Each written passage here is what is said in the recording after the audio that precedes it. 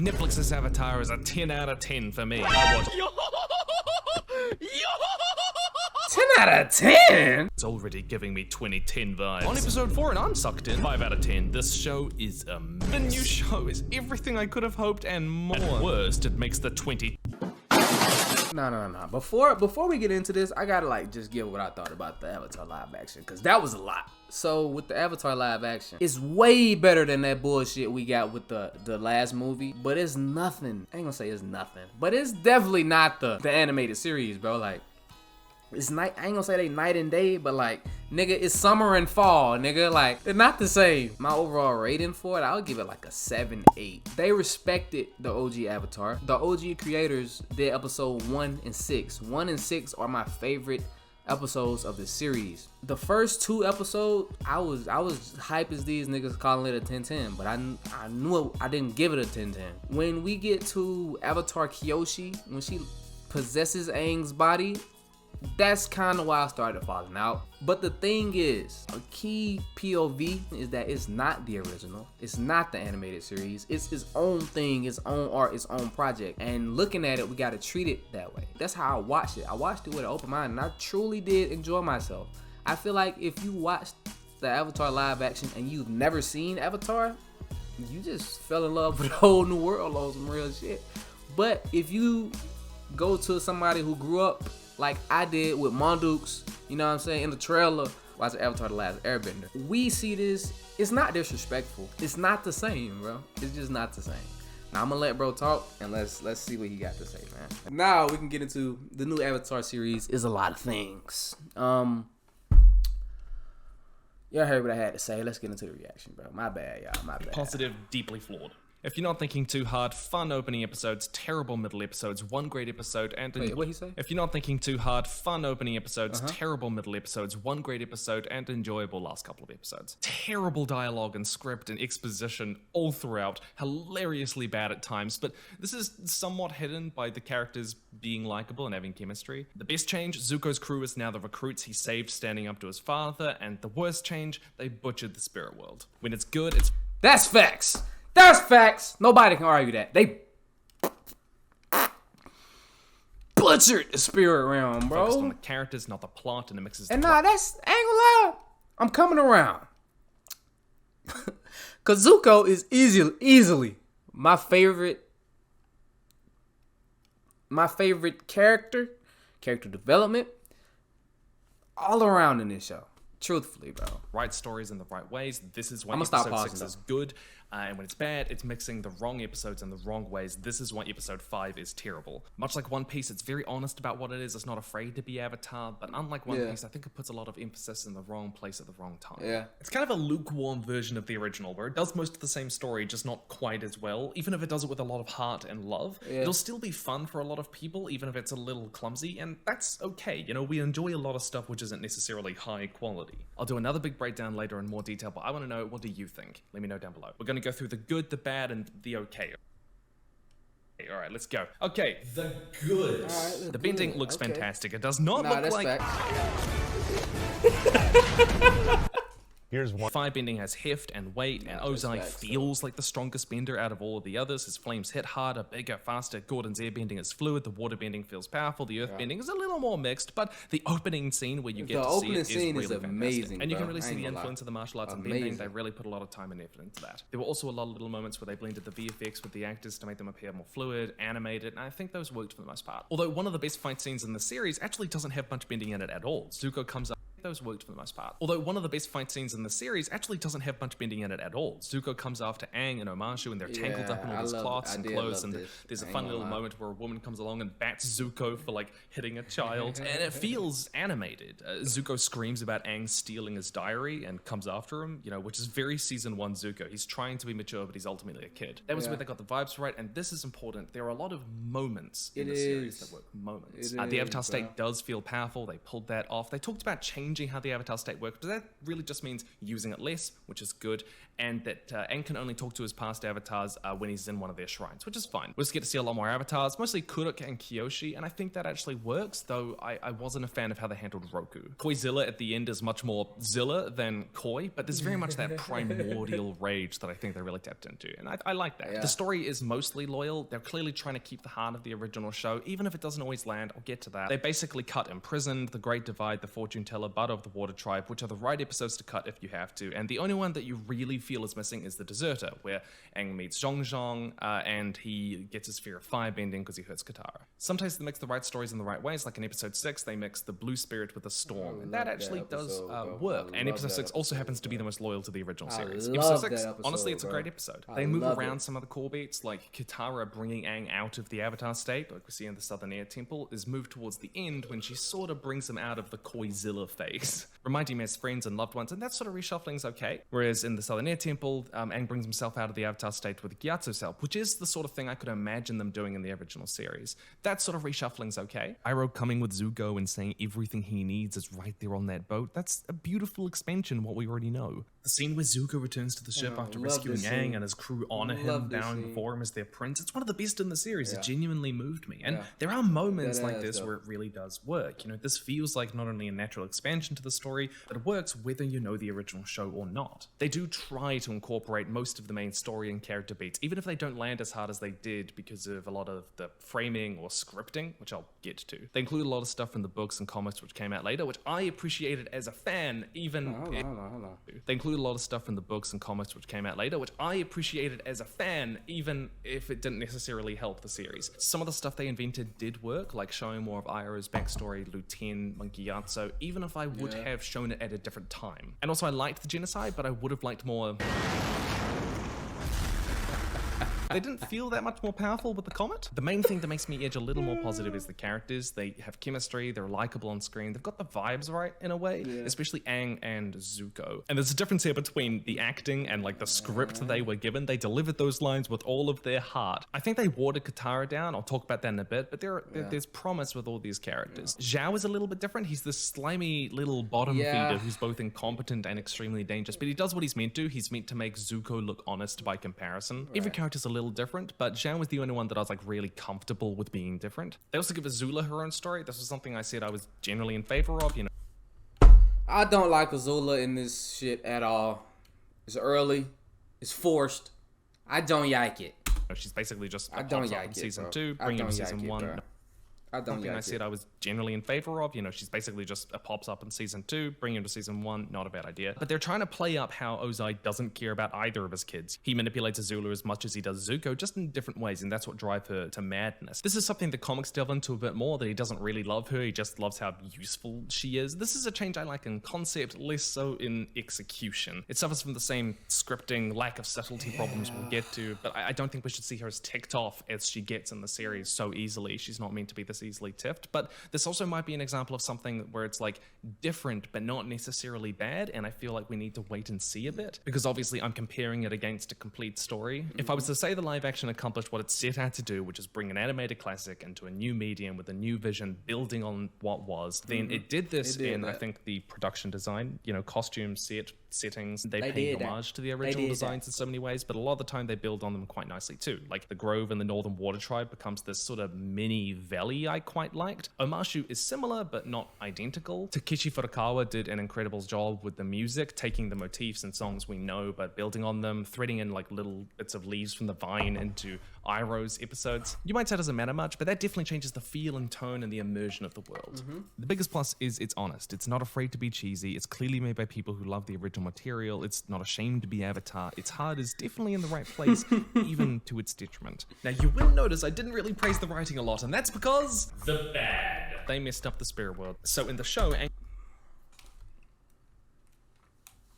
Let's get into it. He finds a burned down forest, then the village being terrorized by Heibai, confronts Heibai, sets it to right before he learns he needs to go and talk to Roku in the Fire Nation, where he learns about the comet. In the process, dealing with his grief and learning something really important for his duty as the Avatar. It's an amazing couple of episodes. In the Netflix show, they find the burned down forest and then the village and then go to find Heibai, but then they bump into Wan Shi Tong, but then Sokka and Katara get kidnapped by Ko the Face Stealer, and so Aang has to go to the Fire Nation to talk to Roku to find out how to beat Ko the Face Stealer to rescue Sokka and Katara. And the spirit world is just the forest tinted blue. They mixed all the wrong plots in the wrong ways here. It takes all of the exposition and plot bloat, but none of the depth that makes this stuff meaningful, and kind of cheapens all of their stories. It's just sort of feels like references, almost like fan service. Like Heibai is basically rushed past. He feels kind of like an animal that's just sort of there. And even though he looks great, he's kind of just sidelined for Ko. In the original show, Aang and Heibai both kind of have to come to terms with the world they knew no longer being there and find a new way to move past this grief. This is what I mean by the show has a lot of the core beats, because this moment is technically in the Netflix show, but it doesn't hit as hard because it's kind of rushed past, and Ko the Face Stealer is way more important. We have to worry about that now. And Aang isn't really thinking about his grief that much. It doesn't have that character dimension. Wan Shi Tong is there, but only because they're probably not going to do the library episode and they wanted to get him in somehow, but he doesn't have the intrigue and gravitas. He's just there to give Aang exposition. Literally, though. And Ko is turned from this interesting, morally grey, ancient spirit of unknowable power and knowledge who helps the Avatar in a critical moment to just kind of an evil obstacle, especially because they remove the need to keep a straight face, and the subplot kind of just hijacks the story. Then Roku's place as Aang's mentor is kind of given to Kyoshi, which I don't actually think is inherently bad. It feels like the need to go talk to Roku is really just put in there because it's in the original show and not because it's naturally fit for this plot. You went crazy on the bad. Aang's suddenly going over to the Fire Nation and it seemingly being basically no issue whatsoever. It kind of cheapens it. Like Aang rescuing Sokka and Katara from Ko doesn't feel that important for his character development. It just feels like something he has to now do. It sometimes gets lost in these moments of fanfic or fan service that it forgets why the original show did something a certain way. Like they gave us Gyatso versus Sozin, but seemingly the sacrifice of that reveal for Aang at the Southern Air Temple. This whole story also exemplifies, I think, the worst parts of the adaptation, because the story constantly sidetracks to try and mishmash all these different episodes. It's trying to cut between different plot lines and then try to weave them together, but it doesn't always manage to do that very well, because it's Aang, going to save the village by talking to Heibai. I ain't gonna lie, bro. I ain't gonna lie, bro. You getting a sub, my nigga. Oh, you got a meal. You don't need me. I fuck with you, cuz. I fuck with you. It's not. It's actually Aang needs to go and save Sokka Katara from Ko the Face Stealer. But no, it's not, because Aang needs to get to the Fire Nation. But no, it's not. Aang gets captured and needs to escape. But in order to get back to save Ko, save Katara and Sokka from Ko. All these stories end up being stunted and cut short in their own ways. I'm really not sure why Ko had to be here, why he couldn't be at the Northern Watch Tribe in his original role, or why, even if you didn't want to do the comet, because they don't apparently want to do the comet reveal just yet, plot, and it can feel a bit bloated at times. They end up mixing the episodes Jet, Omashu, and the Mechanist, the Northern Air Temple. And this is actually not, like, conceptually not a bad way to combine the stories. I ain't gonna lie. I ain't not even gonna lie. I did not mind them putting all them three together. I really didn't. He fracture it in a way that a lot of the characters don't have anything to do with these plots. Like, Sokka basically doesn't talk to Jet at all. He doesn't really have any interaction with her, barely. And so when he and Katara clash over Jet, that, it's like, it doesn't have bro, the you depth don't even that it know, bro, did in for the real. show, all of the characters were all dealing with Jet. Again, they do include these plot beats, but not always enough for the context. This isn't always the issue, but it's a recurring enough issue for you to notice. Like, I was watching the Jet stuff and he calls Katara naive, but I was like, you haven't really seen that much. It only makes sense in my head because I know what actually happened in the series. I think the plot bloat was most noticeable in the Secret Tunnel episode, where Sokka and Katara are heading into the tunnels to find Aang, and I actually had to stop and pause myself. I was like, wait, why are they in the tunnels again? And the answer is because it's in the series and they wanted to do that. And you can see that earnestness there, but it also doesn't help sometimes. It would have been better to extend the Jet and Mechanist plotline while Aang is dealing with Bumi. Even though some of the extra backstory scenes with Zuko, Iroh, or Aang do work, bringing them in so early doesn't. The order in which we learn these things often robs them of their impact. The clearest example being Aang isn't revealed as the Avatar with all the hope that brings when Katara and Sokka learn it, because the show already told us that he is the Avatar in the backstory before the story started. Even though they didn't need to, part of the reason backstory is usually found later is because it's only given meaning by the context of the character's actions and motivations later in the story. Like Aang hiding his real identity, that's interesting, but we don't get that. Even though they managed to understand this in episode 6 with Zuko. But the biggest issue the series has is dialogue and script and exposition. It is genuinely quite bad throughout the entire series. There's this moment where Gran gives an expositional speech, much of which we already know, and it's really heavy-handed, and weirdly, it's also the opening credits Katara speech, but they already did one that's like the off-brand version of Katara's speech. Characters end up saying what they feel. There's a lot of telling and not showing, and that's what I mean by like the characters do the best with the lines they're given. Like they deliver these lines with heart, and you kind of like them, but the lines are really bad a lot of the time. Sometimes there's exposition which is just entirely unnecessary, and they just add it in. They just like adding shit. Part of this is like, for y'all who don't know, exposition is kind of like, it's when you got a character tell you something about the story. You know what I'm saying? When Katara's grandmother was telling us about that. The Ko story where he's like, Ko hunts in the fog of lost souls, and this is the fog of lost souls, and it's like, that's a great little piece of tidbit of lore, but we really didn't need that. Yeah. Or how this is a special type of moon, that the moon and ocean, that's why they can be killed now, and it's got a special knife to kill them with. Sometimes the exposition is a nice little nod to the lore that I would get, because I know this stuff, but if you're unfamiliar with it, it'll just feel like blood. They spoon-feed a lot of stuff the show originally left as subtext, which is partly why, while I like Azula having more of a role, I don't like how they did it. It'll just feel... Ooh. I ain't gonna lie, bro. I hope you cook with this Azula point, because I got some feelings. Like bloat. They spoon-feed a lot of stuff the show originally... I feel like they fucked up Azula, bro. I really do. I feel like they fucked her up already. Is it... Is she recoverable? I don't even know, bro. Yeah. They can recover it, but I don't like how they did Azula, subtext, bro. Which is partly why, while I like Azula having more of a role, I don't like how they did it. Yeah. Heart in the right place, execution. Heart in the right place. It never lets you wonder about the characters or be intrigued by their motivations, figuring them out, their inner feelings, because they will just straight up tell you what they're thinking. Don't worry, you won't miss a thing. And the remixing of the lines in the script sometimes gives individual scenes some really weird timing. Like, you know the moment where Iroh goes, "Zhao, let the spirit go. Anything you do to it, I'll leash on you tenfold." Yeah. Well, he does that in the series, okay? But he says that, and then he lets Zhao, like, pick up the thing and threaten it and go, "I am the Moon Slayer." And then only a little after does he act. Why not just have him say that later? Or they do the scene where Aang takes out the single Fire Nation ship in the north before realizing there's a whole armada out there, and he has this moment of hopelessness, and he goes, "I'm just a boy." They do both of those moments, but those lines are split up into weird places that mean that they don't quite land as hard as either of them could, because they're meant to be together. Again, they do include those beats that matter, but it's just not quite right, and they don't quite land as well. Of all the characters, I actually really liked Aang and Zuko, especially Dallas Yu, but I think they fumbled Katara a little. She gets watered down. She's meant to be full of passion of forth righteousness and feminine rage and traumatic rage, but we don't get those little moments like Katara's rage shattering the ice that frees Aang, or even in her duel with Parku, which we do get. That fight was amazing, she's not bro. quite as angry and full of fury. I think they wanted to avoid doing the emotional angry woman trope, but they ended up kind of neutering her. Sokka's arc is better than I expected. I know that everyone's really worried about them removing. I ain't gonna lie, Katara, he's right about... She felt soft, you know, a little watered down is, no pun intended, but literally the perfect way to put it. Sokka's sexism and all that, but they do give him an arc of like trying to find out his skills. He's a planner and an inventor and a leader, more than necessarily just a warrior. That said, in the Kyoshi Warriors episode, you do feel the absence of that sexism arc, because basically it just means that him and Suki hit it off because she has a crush on the cute foreign boy, which, I mean, to my mind is even more sexist. There's also, and this is one of the weirdest changes that they made, a distinct lack of Aang learning any waterbending ever. He and Katara basically never trained together. They never learned waterbending together. It just doesn't happen. Katara basically gets the waterbending scroll at the start, and that's pretty much the only way we see her improving her waterbending. She doesn't get to train with Parku.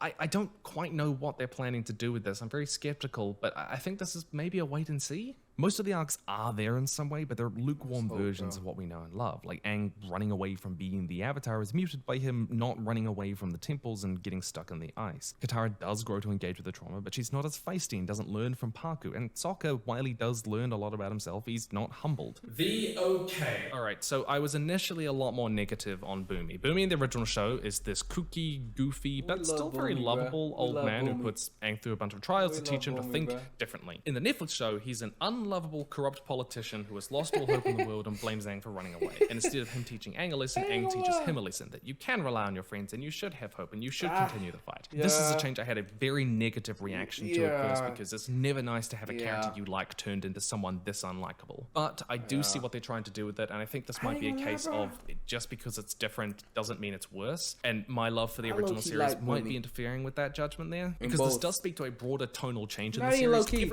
I ain't gonna lie, bro. I like Bumi, bro. But he is right on the fact that Aang taught him something instead of Bumi trying to teach him. He's right on that. But it may just be his portrayal. The actor who played Bumi, he did amazing. It could just be the portrayal that's carrying. Everyone outside of Aang, Katara, and Sokka are way more depressed and miserable. Kyoshi Island, Chief Arnook, the past avatars, Iroh, Paku, and most clearly Bumi. They're really playing up that this is a hopeless world ever since the Avatar left it, and that Aang is meant to be hope returning to it, that he brings hope everywhere he goes. I don't think I agree with people who say that like Aang isn't happy or goofy enough. They clearly put that into the series. I think they're confusing the overall tone of the series, which is a bit grimmer, and there is sometimes where that grimmer tone does pay off. There's a scene where Iroh gets to talk to one of the soldiers, or a relative of the soldier who fought at Ba Sing Se, the city which he sieged, and he's like, hey, you butchered people. And I think that's actually one of the better scenes in the show. It's a really interesting way to build on that scene in the series. But if they do want to have that Aang is bringing joy, then I need to see that joy in others more. Like at the end of the Kyoshi episode, she basically just goes, hey, you made us happy, and waves happily goodbye. But we don't actually see that joy. A lot of people's minds, is it worth it? Was this necessary? And I don't know. I think trying to adapt an animated series into live action inevitably just shows you why the series is animated in the first place. And I also hate the trend of adapting animated classics into live action as if it's somehow a better medium. It's disrespectful. Animation is amazing and has so many great bits. And I also hate the trend of adapting animated classics into live action as if it's somehow a better medium. I agree and disagree. I think you have to do it respectfully. But I really do think that live action, adapting an animated series into live action, that's not a bad thing at all, because number one, it brings in a new audience, okay? And ultimately, that is what they're after, I think, when they do this, and money, of course. But I don't think just because you take an animated series and bring it, I think bringing these animated series to life is what we are to do nowadays, bro. We got the technology to do it. Now, everything doesn't deserve to be brought to life, I will say that. But Avatar live action is just, they just failed on the execution in some parts, bro. And I think, I hope that they learn from this season, and if they do come back with a second and third, I hopefully they polish it up, bro. I disagree with that, bro. It can water down a series, you know what I'm saying? I'll say that it can water down a series for sure, but I can't get behind that, because seeing our favorite characters in real life brought to life is nothing like that, bro. But to his point, that's why I say I agree and disagree. Some shows are meant to just be animated series, bro. However, I don't think Avatar is one of them. And I don't think One Piece, when you get to where we are currently in the manga, it can get it should be animated. But I agree to disagree, bro. It's disrespectful. Animation is amazing. I don't think it's disrespectful. It has so many great qualities that only become more visible in projects like this. If they wanted to do a live action story, then do a new one about a different Avatar, or even Aang later in life. It would have been better and not face the same immeasurable expectations of this series. That's a good point, though. That's a great point. But we live in an age of remakes and prequels and regurgitations, and you can feel the cracks. That's of a that. great It being point. fun and honest doesn't mean it's not clumsy. That's a great point. Bottom line is the That's a show great is point. okay, and there's room for improvement. It It's is. well known that seasons 2 and 3 are typically stronger than season 1. Season 1 is a lot more fragmented and has some of the weaker episodes, so we might see that in the second season. Some of the additions and changes work, others are bizarre. I think it's interesting if you love the original show, but I think it needs some significant improvements if it's going to stand independent of its source material. It definitely feels a little bit weird and clunky if you don't know the source material. I wouldn't call it a disappointment. Obviously, when things definitely don't not a work, it is disappointment, bro. disappointing. I don't But think it's a disappointment overall, at it's all. just kind of okay, and I'm like, oh, all right, seems like kind of a first draft. Maybe a second draft would do better. But I want to know what you think. Let me know down in the comments below. Stay nerdy, and I'll see you in the Stay nerdy. Stay nerdy, niggas. Stay nerdy. Stay nerdy, niggas. Stay nerdy. I agree and disagree with bro on some points. But that was a great video. Hey, YouTube. Tap in. Twitch, nigga. Word.